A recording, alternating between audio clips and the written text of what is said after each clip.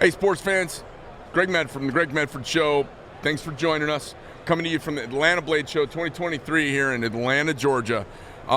We've been having a full day of podcasts, meeting different makers. This is our first, our next guest, our first individual. It's really does forging. You know, there's really, for those of you who are kind of knife neophytes, there's really kind of two styles of knife making. There's your forging or additive style, and then there's your reduction style knife making. I get modern production sheets of steel and do reduction, where we get rid of the material, and a lot of blacksmithers more of a additive style of making and shaping and compressing steel under heat and pressure and hammer and work. And I know you guys have all seen it on Forged in Fire. That's what our next guest does, James Fleming from Wasteland Forge. Yeah. Appreciate you being here. How you doing? Yeah, thank you. Doing great. So how long you been making knives for? About 6 years. 6 years. What got you into it?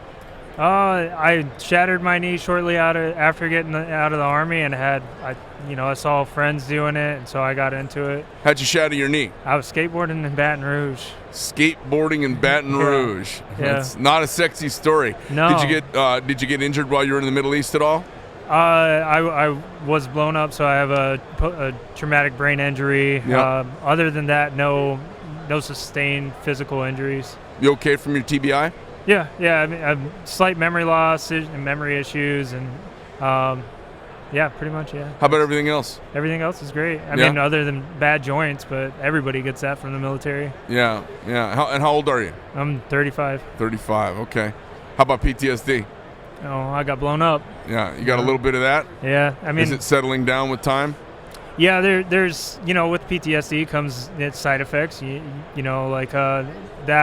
The traumatic brain injury, the memory loss, that's also side effects of PTSD. But there's irritability, like advanced irritability, and I've seen people about that address that. Once you know the issues, it's easier for you to catch them and deal with them. Yeah. I don't know about you, but I know traffic messes a lot of guys up, getting jammed up. That's my issue right there, driving. Yeah. I was in some jammed up traffic a couple of years ago, and I was a passenger in a vehicle, and I literally got out, went over, headbutted the passenger window of this guy who was aggressively cutting people off. And as I headbutt the window, and you see an oil spot from my head on his window, I could tell he was a vet, and I saw a sticker, and I looked at him. He's like, we had a moment. Yeah. And I said, "Hey, man, you're not in goddamn Iraq. Quit driving like a lunatic." He's like, "Sorry, man, get your fat ass back in your car." And I was like, "All right, man." And that was kind of the end of it. It was pretty funny. That's a very typical veteran interaction. If you know somebody else is a veteran, you're gonna talk to them, like they were in your unit. Knock it the fuck off. Yeah. I'm like, it's just a bunch of fucking moms and minivans with kids around here. Calm down. Yeah. But I know the anxiety when you start getting jammed up in traffic. You're like, you start looking around. Well, you're taught in the military to drive aggressively. If you're driving in patrol, nobody is allowed in your patrol. You make sure, your convoy doesn't get, you don't stopped. You don't allow that to happen. Here in the States, it's a lot different. Most people have never seen that, but convoy driving is bumping. It's getting people out of the way right now, and even in a crowded city. Yeah. Yeah. Well, thanks for your service. Yeah, thank you. So, tell me so your friends just got into knife making as a hobby? Yeah, so I had a tattoo artist friend he was making knives at their shop one day. He was finishing handles, and I was like, I can do that. So I started it, and I took a saw blade, a circus saw blade. I cut it up, welded the tangs together, and made awful looking, knife looking objects. And after that, I moved up to Iowa and started really looking into it, watching YouTube videos every day and starting to hammer on steel and figuring all of that out. And I was in a full leg brace for a year, and so I was like, I needed something to do. I was, you can't. It gets you crazy. Yeah, you go crazy. Yeah. Especially it was 2 weeks after I got out of the Army. So. Imagine that. Yeah. That happens, Well, ask Patton. Yeah. So show me what you brought here today. I want to see what you've got. I brought a little variety. This one is an integral keyhole fighter with a ladder W pattern. And So did you make the steel that's in the blade? Made the steel, made the wood, made the sheath, everything. And this is all part of the billet, right? Yeah, that's all one piece. And how far down do you shape it by hammering before you get to grinding? About 95%. There's some decarb that you have to grind Right. out. The bevels, so when you forge Damascus, you want to preserve the pattern as much as possible. So if you forge it too close to its final dimensions, you're going to lose the pattern. So there's some give and take. Right, because it squishes out if you push it too much. So I also do, stock removal to an extent. Right. But so you get the general shape, and then you get, if you get to where you like the lines, you go, okay, I don't want to deform it anymore. Yeah. We'll grind it the rest of the way. Yeah. All right, cool. So you might go 90% on some parts and 75% on other parts. Yeah, and it all depends on the knife that I'm trying to make. If I'm trying How much is this knife? That knife is $2,800. Well, what's the material? So it's 15 and 20 and 1084 steel for the Damascus, and then desert ironwood burl for the handle. And the technicality is why it's that price. I inlaid a piece of wood into steel. That's not something you see often. Dude, this is fucking beautiful. Thank you.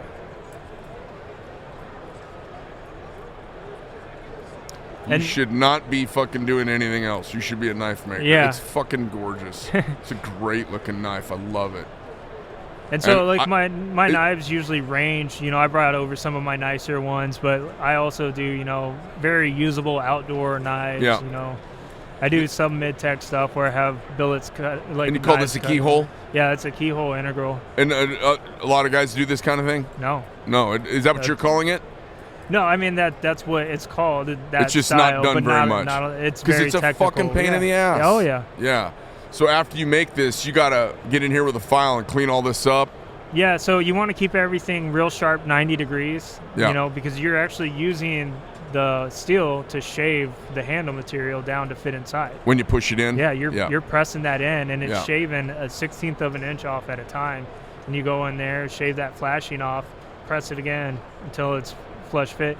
It takes anywhere from 3 to 5 hours to get a good handle fit up on those. Yeah, I believe it. And it's not. So this is not stainless. This is all. It's all high carbon rustable. Yeah. It's really fucking beautiful. And tell me about the sheath.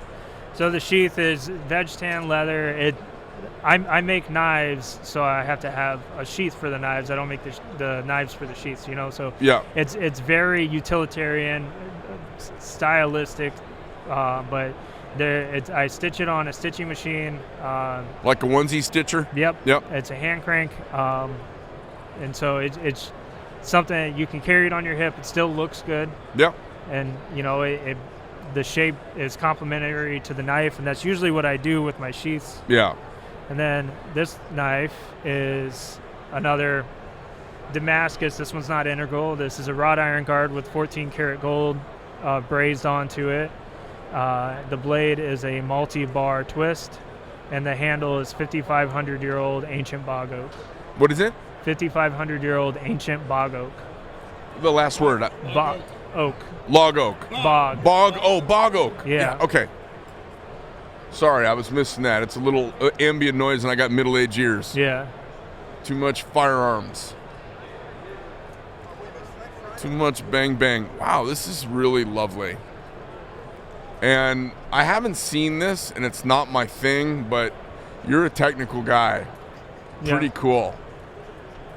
This finish treatment on the wrought iron. You braze it on, it like beads up, and then you stick the guard in the forge, and it'll spread out and give this very relict look. But it's it's gold.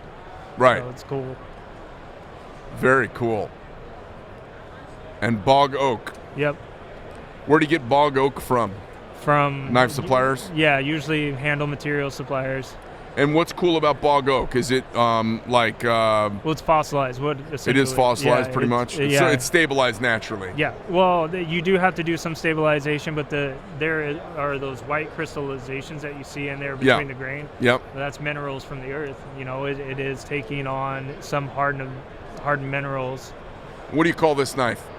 It's a Bowie. It's a nice light, just standard Bowie. I love it. Let me see the sheath. Yep. This is one you made as well? Oh, yeah. Yep. Okay, cool. Right. So this last knife is a bit of practice for me. So I'm a journeyman bladesmith with the American Bladesmith Society, and next year I'll be able to test for mastersmith. And this is a practice dagger that I'm doing for that.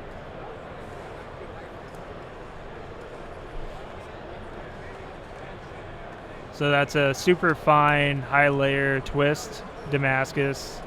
The fittings are all 954 bearing bronze, and then the handle's got a fine silver wire wrap inlay. Is this wood? Yep, it's ringed gidgee. What is it? Ringed gidgee. Ringed gidgee? Yeah, from Australia. Okay. And then you have carved a groove to set the twist wire down into? Yep. Is it epoxied in place or just held by pressure? So it's held by pressure, Tension. and then on each end there's holes drilled into the ends, and it's put inside those holes. And then the fittings hold the wire down right there. Turn this on a lathe by hand? That was actually turned on a mill because I didn't have a lathe at the time, so I chucked the lathe bits in my mill and used it as a lathe. Cool. And then tell me how you made these. So that you can forge 954 bronze. So I forged it close to shape, and everything after that was hand filed and hand sanded. Pretty lovely. You're definitely one of those guys who disappears into the forge, aren't you? Oh yeah. Very, very European. Yep, it's a French style Quillian dagger.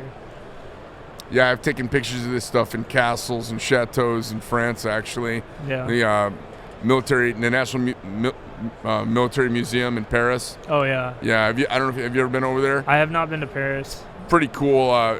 They got Napoleon's horse stuffed in his uniform there, and he's a goddamn midget. Oh yeah. But it's cool to see all of the period weaponry hanging up there. It's pretty spectacular. It's the old barracks turned into a museum. It's pretty neat. Amazing. This is really cool, man. You definitely geek out on this stuff. I love it. Yeah. You can see all the time that goes into these, all the different materials. I can see you being very, very technical.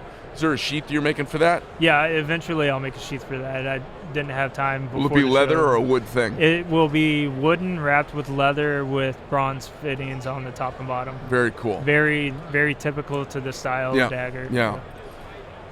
Very cool. Do you got anybody who mentors you, or are you just YouTubing? Yeah, Jason Knight, he's done some mentoring for me. I've never taken a class with him or anything, but if I ever have a question, he's willing to answer and stuff like that. I did my performance test at him for journeyman, so yeah. Very cool. How does it? Do you have a table set up here? I do. Yeah. How's it been going for you? Oh, pretty good. I mean, there's traffic. Not a lot of people buy on the first day that I've noticed. And I've done this for 3 years, and I mean, I think I may have sold two knives the first day within all that. This kind of like artistic stuff, they don't go around and looking at patterns and looking at handles, and it's a little different than the I'm following this guy this week crowd who just line up like lunatics and spend money. Yeah, exactly. And I'm out of that. I'm not a new kid on the block, so guys come here and they go, okay, let me see what Greg's got. Let me go find 8 makers and maybe a new maker and weigh it out, and then they come back and buy. So I kind of have the same thing, a little bit of a steady roll throughout the weekend. Yeah. Nice. Well, pleasure having you here. Is there anything, tell us what's your website where people can contact you or find you? Wastelandforge.com. Instagram is Wasteland Forge. Everything's Wasteland Forge. You still do a lot on Instagram? Have you been finding that really useful? Yes and no. I mean, I'm still posting and stuff, but Instagram has a tendency to mess with makers, especially those who make what they consider weapons. Yeah. I mean, I find that even people with 100,000 followers get their content suppressed. Yeah. And it's the nature of it. Like, it's their app. We're just using it, but it'd be nice for them to not be so sketchy. It'd be nice if it was just honest. Yeah, it's very dishonest. We had ours. We had about 50,000 followers. I don't know how big a following you have, and it got stolen by some Turkish guys, and they won't even help us get it back. No, they don't care about that. Yeah. So I hate Instagram. Fuck Instagram. Eat the ass of Instagram. But go ahead. Yeah. I mean, I've got 15,000, and I see every time I see a spam account add me, I block them immediately. Yeah. Because I don't want that. You know, I've got the double authentication, but I still don't even trust that. You know. Yeah. Like, it's no, so I easy hear you. for them to find your information. Well, listen, pleasure having you here. I Yeah, appreciate you thank spending you. a few minutes to come talk with us, and Yeah. this will be out on YouTube, Spotify, Rumble, and iTunes. Okay, cool. Yeah, so thanks Yeah, for joining us. Thank you. Cool, pleasure. Pleasure meeting you. All right, sports fans, that's this show here, our first actual blacksmith, journeyman blacksmith. Thanks for coming, and 2023 Blade Show. Go find us on Rumble, Spotify, iTunes. Greg Medford Show. I'm out.